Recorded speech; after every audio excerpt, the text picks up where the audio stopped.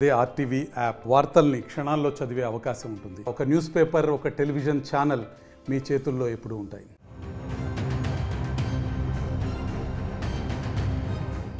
ఇటీవల ఉత్తరప్రదేశ్ 10వ తరగతి ఫలితాల్లో 98.5%తో స్టేట్ టాపర్గా నిలిచిన ప్రాచీ నిగమ్ అందరి దృష్టిని ఆకర్షించింది.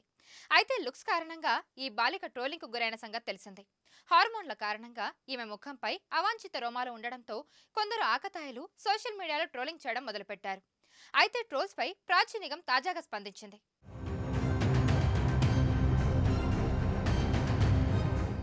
ట్రోలింగ్పై ప్రాచీ బాగా బాధపడింది. తనకు కొన్ని మార్కులు తగ్గినా బాగుండేది. సోషల్ మీడియాలో వేధింపులు తప్పవని ఆవేదన వ్యక్తం చేసింది. కొందరు ట్రోల్స్ చేసినప్పటికీ చాలా మంది తనకు మద్దతుగా నిలిచారని తెలిపింది.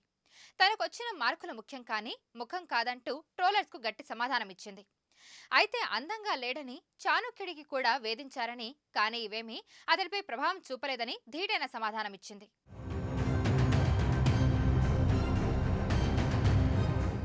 ప్రాచీ పరిస్థితిపై వైద్యులను సంప్రదించాలనుకుంటున్న టైంలోనే పరీక్ష ఫలితాలు వచ్చాయని ఆమె తల్లి తెలిపారు.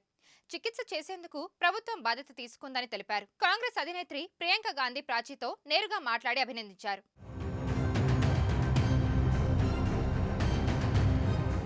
నమస్తే అండి. ఇది వ్యాపారం గురించి కాదు, ఓటు గురించి. ఎన్నికల్లో ఓటు వేయడం మన హక్కు మాత్రమే కాదు, కర్తవ్యం. ఎంతో మంది మహా నేతలు శ్రమించి ప్రాణత్యాగం చేసి ఈ అవకాశాన్ని మనకిప్పించారు. అందరూ ఓటు వేద్దాం. ఎందుకంటే ఓటు హక్కు ఊరికే రాదు. నా ఓటు ఎవరికో తెలుసా? అది సీక్రెట్ అండి.